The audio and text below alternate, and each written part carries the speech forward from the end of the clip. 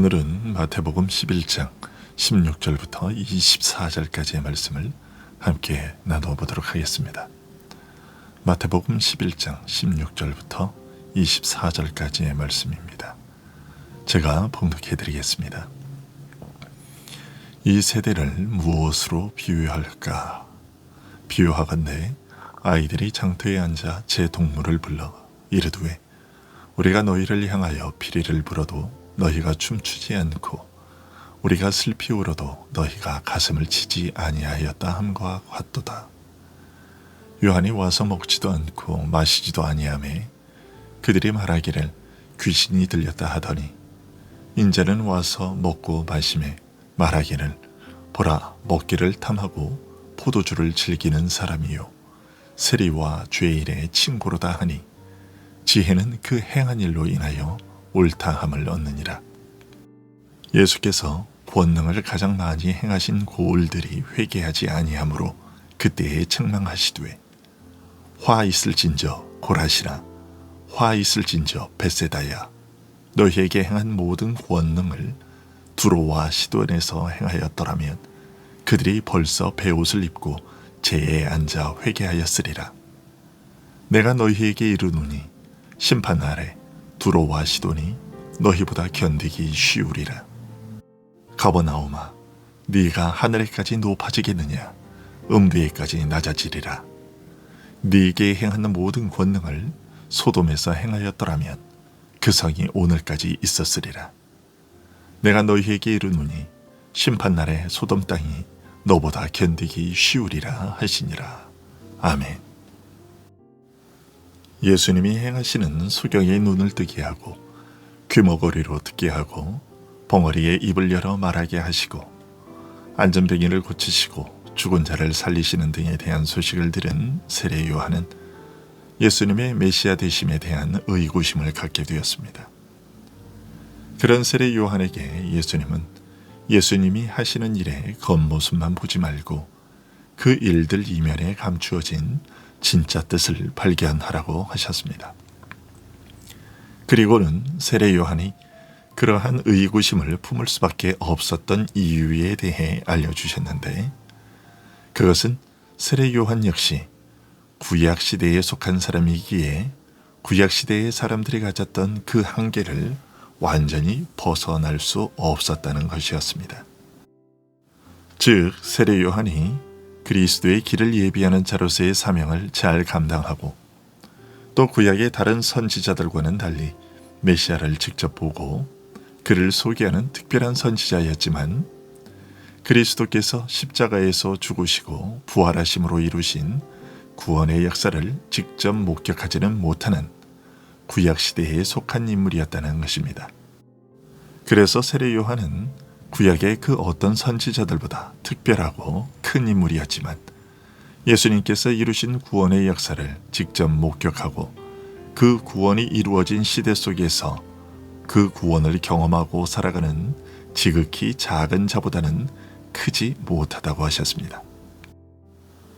이처럼 예수님께서 자신이 행하시는 일들의 의미를 비유와 표적으로서 알리셨기에 사람들이 그 의미를 분명하고 명확하게 알기에 한계가 있었다고는 하지만 그럼에도 불구하고 당시 세대가 자신들의 무지와 불신앙에 대해 정당하다고 변명할 수는 없었습니다.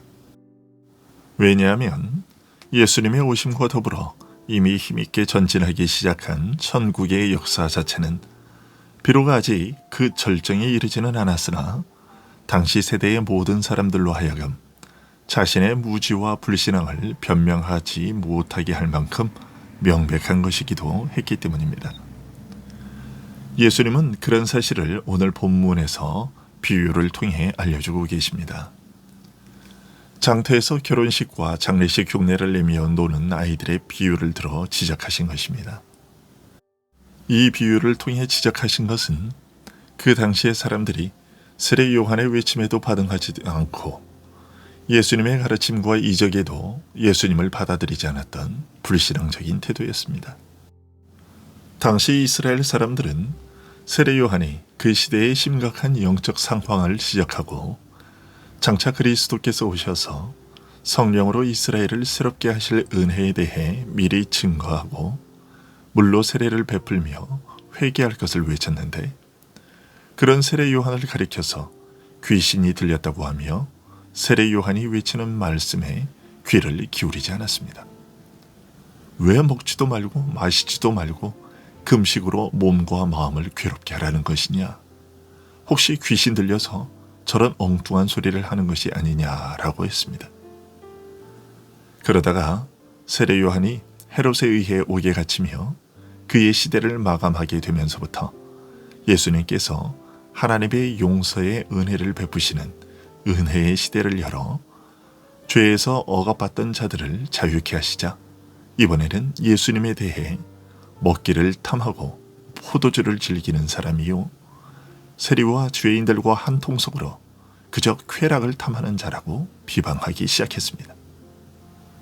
죄를 슬퍼하며 회개하라고 해도 싫다고 하고, 죄 사함의 은혜를 전하며 기쁨의 시대가 왔다고 하여도 싫다고 하며, 자신들이 듣기 원하는 말을 하지 않는 자들이라고 비방하고 대적했던 것입니다.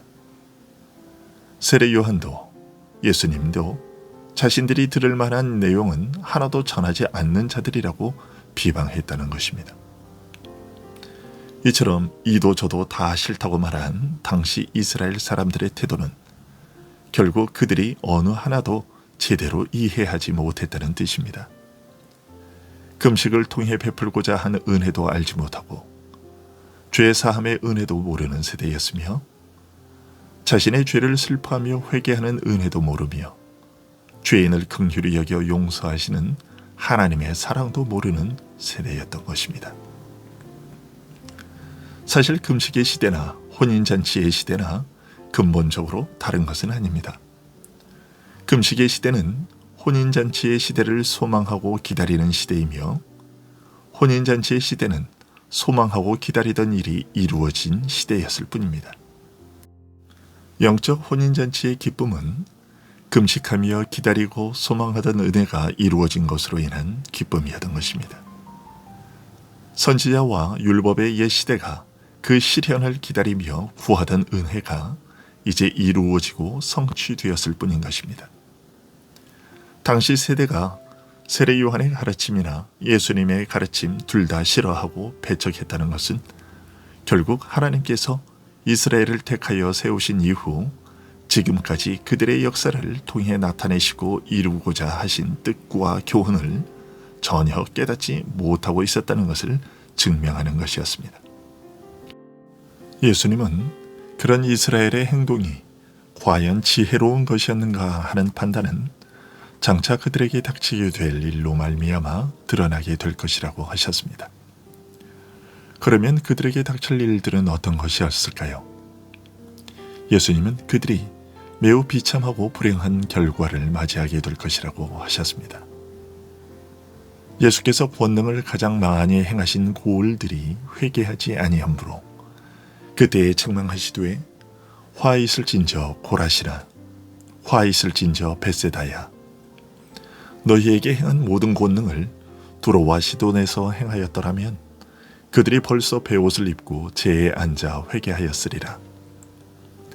내가 너희에게 이르노니 심판날에 두로와 시돈이 너희보다 견디기 쉬우리라. 가버나움아, 네가 하늘에까지 높아지겠느냐? 음부에까지 낮아지리라. 네게 행한 모든 권능을 소돔에서 행하였더라면 그 성이 오늘까지 있었으리라. 내가 너희에게 이르노니 심판날에 소돔 땅이 너보다 견디기 쉬우리라 하시니라.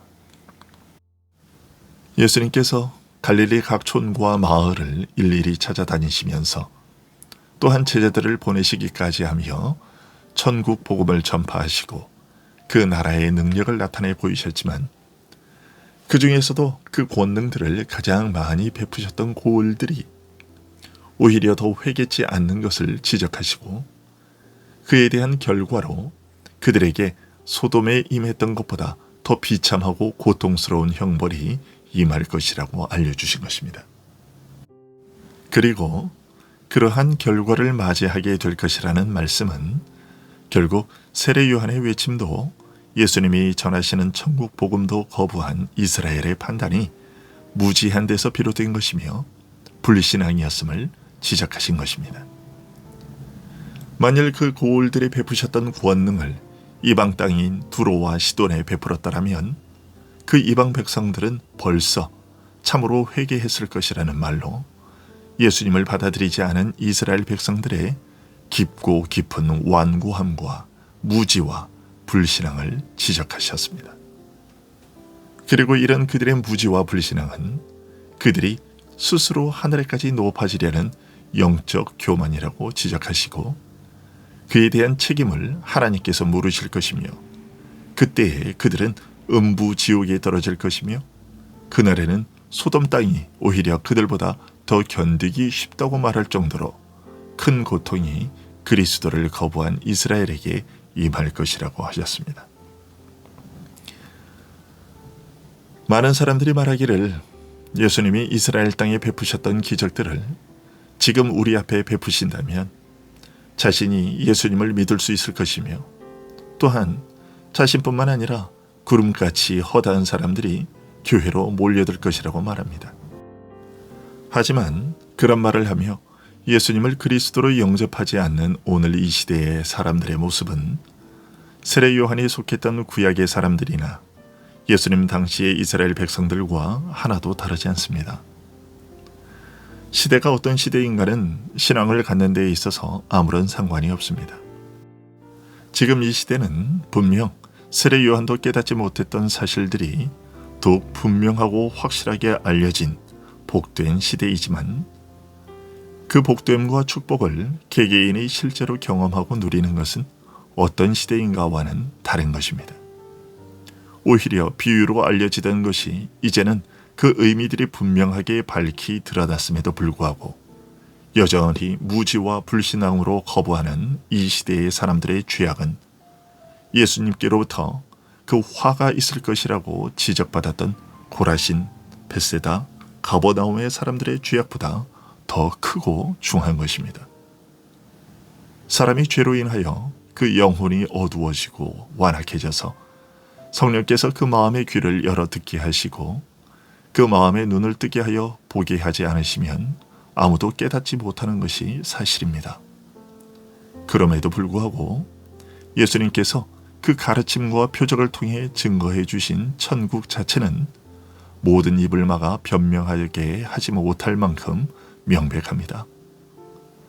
따라서 아무도 자신의 불신앙에 대해 변명할 수가 없습니다. 그것은 오늘 이 시대의 사람들도 마찬가지입니다. 이러한 명확함에도 불구하고 복음의 진리를 접할 때 어리석고 미련하다고 여겨 배척하는 사람들은 결국 소돔 사람들보다 더 비참하고 고통스러운 결과를 맞이하게 될 것입니다. 계시 자체의 명백성과 이것을 믿음으로 영접하는 것은 별개의 것입니다. 복음의 내용이 명백하다고 해서 자동적으로 믿음으로 연결되는 것이 아닙니다. 사람의 마음을 열어 믿게 하시는 성령의 역사만이 그것을 가능하게 합니다. 결국 이런 사실은 오늘 우리가 예수 그리스도를 믿고 있음이 얼마나 복되고 아름다운 일인지를 알려줍니다. 우리에게 이 은혜를 허락하신 하나님께 언제나 감사하며 찬송하며 살아갈 수 있는 자들이 될 수 있기를 소원합니다. 기도하겠습니다.